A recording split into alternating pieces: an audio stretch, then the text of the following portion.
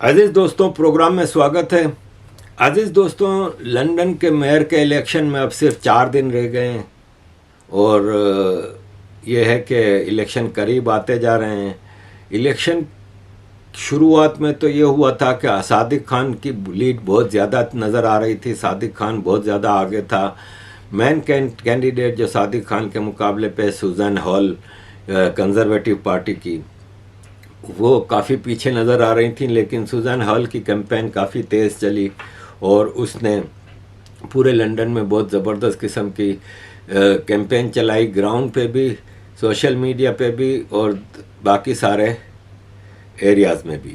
تو اس سے یہ ہوا کہ تھوڑا سا بیلنس آیا ہے، لیکن ابھی بھی نظر یہی آ رہا ہے کہ لندن میں چونکہ میجورٹی ووٹ مسلمانوں کا ہے اور پھر باقی جو ہیں وہ بھی جو کلرڈ لوگ ہیں، جیسے کہ بلیک ہیں، دوسرے ایشین ہیں، بنگلہ دیشی یہاں پہ بہت ہیں، سکھ ہیں اور ہندوؤں کا بھی، تو ان سارے ووٹس پہ صادق خان کا ہولڈ کافی ہے۔ اور یہ صادق خان کی جو اپیزمنٹ کی پولیٹکس ہے مائیگرنٹس کے لیے اور مسلمانوں کے لیے، اس کا شکار نظر آتے ہیں اور نظر یہ آ رہا ہے کہ مشکل ہے اس صورتحال میں۔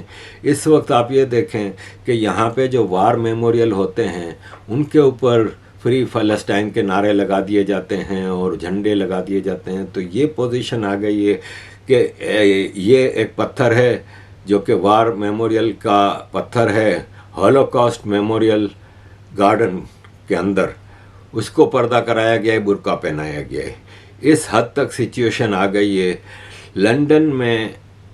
یہ 2 سال پرانی رپورٹ ہے، لیکن اس وقت اس سے زیادہ خراب سچویشن ہے۔ ہر 6 منٹ میں ایک موبائل فون چوری ہو رہا ہے، یہ میٹ پولیس بتا رہی ہے۔ عزیز دوستوں، مائیگرنٹس کا مسئلہ ظاہر ہے ابھی روانڈا کے لیے فلائٹیں شروع ہوں گی اور اس سے امید ہے کہ کچھ چینجز آئیں گی، لیکن European court of human rights ہے، یورپین یونین کورٹ ہے، یہ ابھی اس پہ فیصلے دے گی، لیکن نظر یہی آ رہا ہے کہ انگلینڈ اس کورٹ سے بھی باہر نکل جائے گی۔ ہماری ایکس ہوم منسٹر سویلا بریورمین نے اس پہ یہ بات بتائی ہمیں۔ I think we have to come out of the ECHR. We do that by invoking Article 58 of the European Convention on Human Rights. It gives 6 months' notice to the Council of Europe.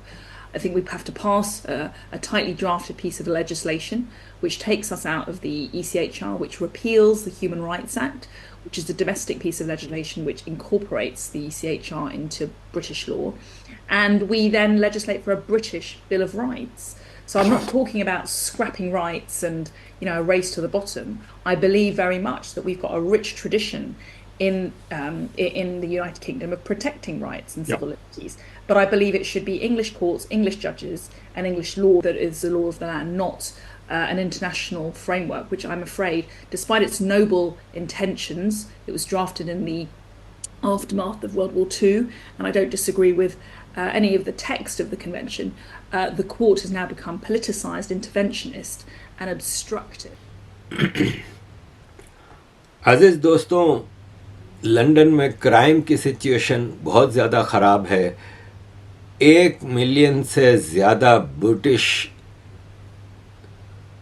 بچے مسلم rape gang کے شکار ہیں۔ یہ report بھی 2-3 سال پرانی ہے، لیکن یہ کنٹینیوس یہ سچویشن چل رہی ہے۔ یہ سب کو پتہ ہے کہ مینلی برٹش گینگز جو ہیں نا، وہ پاکستانی مسلم مین ہیں جو ٹارگٹ کرتے ہیں، گروم کرتے ہیں وائٹ، سکھ اور ہندو لڑکیوں کو، اور یہ لو جہاد کا پارٹ ہے۔ اب برٹن میں اس کے اوپر کیسز ہو رہے ہیں اور فیصلے ہو رہے ہیں، جو کہ میں نے ابھی آپ کو ایک ویڈیو میں بتایا تھا کہ کس طرح پاکستانی گینگ اس سلسلے میں، لیکن یہ صرف سیکشول گرومنگ گینگ اور یہ سب نہیں ہے، اور بھی سارے قسم کے فراڈ ہیں۔ یہ ایک حسن العرفات ہے، 21 سال کا، اس کو فیبروری میں 7 سال کی سزا ہوئی تھی، کیونکہ کیمیکل اس کے پاس سے نکلے تھے جو ٹیررزم کے لیے استعمال ہونے تھے۔ تو اسی طرح ایک تسنیہ احمد 21 سال کی ہے، اس کو بھی یہ معلوم تھا کہ اس لڑکے کے پاس ये केमिकल है जो टेररिज्म में यूज़ हो रहे हैं, तो इसने किसी को बताया नहीं। और उसके टेक्स्ट और मैसेजेस से ये पता चला है कि ना सिर्फ ये कि इसने कुछ बताया नहीं, बल्कि इसने उस लड़के को टेररिज्म करने पे इंकरेज किया। अब इस लड़की को 3 जून को सज़ा होगी। तो अज़ीज़ दोस्तों, इस सारे सिनारियो में इंग्लैंड का हाल बहुत ख़राब है। ये मैं आपके सामने एक वियन टीवी की रिपोर्ट रख रहा हूँ, जिसमें वो बता रहे हैं कि किस तरह यूके अब रहने के काबिल नहीं रहा। थैंक यू वेरी मच अज़ीज़ दोस्तों for all your support. Kindly keep supporting. Let me ask you a question. How many of you watching me right now are applying for a student visa to the United Kingdom? How many of you are planning to go on a holiday to England? How many of you want to move to the UK or get a job in the UK? I'm sure many of you have been sold a dream of a cushy life in England. Well, today let me break it to you. Your dream life in the United Kingdom will be a nightmare. Because as I have said before on the show, the United Kingdom is quickly becoming the worst place to live. Look at this headline. Leeds is England's shoplifting capital. Imagine that. So prevalent is shoplifting in the United Kingdom that one particular city has earned this tag. Crime data shows that more shoplifters visited Leeds city centre than anywhere else in England and Wales last year. More than 2,100 crimes have been recorded in Leeds. The city has seen an 83% rise in these crimes. Shoplifting has become so common that shop owners are used to thieves hobnobbing with shoppers. Authorities say shops are getting robbed left, right and centre. Security guards are chasing down thieves armed with stolen goods daily. Mind you, similar scenes are being recorded in Cardiff too. For all the students watching me right now, Leeds and Cardiff may be on your list as destinations to pursue higher studies. After all, they're hotspots for students. Their beaches, scenic architecture, weather, nightlife, universities may attract you. You may think spending a year in the UK backpacking or learning new skills is a rite of passage. Well, now you know, chances are you are going to be mugged on this passage. But this shoplifting menace is just part of a very big and grim picture. You see, life in the UK is not a romantic movie anymore, decorated with stunning castles and historical universities. Life in the UK is currently a horror film riddled with multiple crises.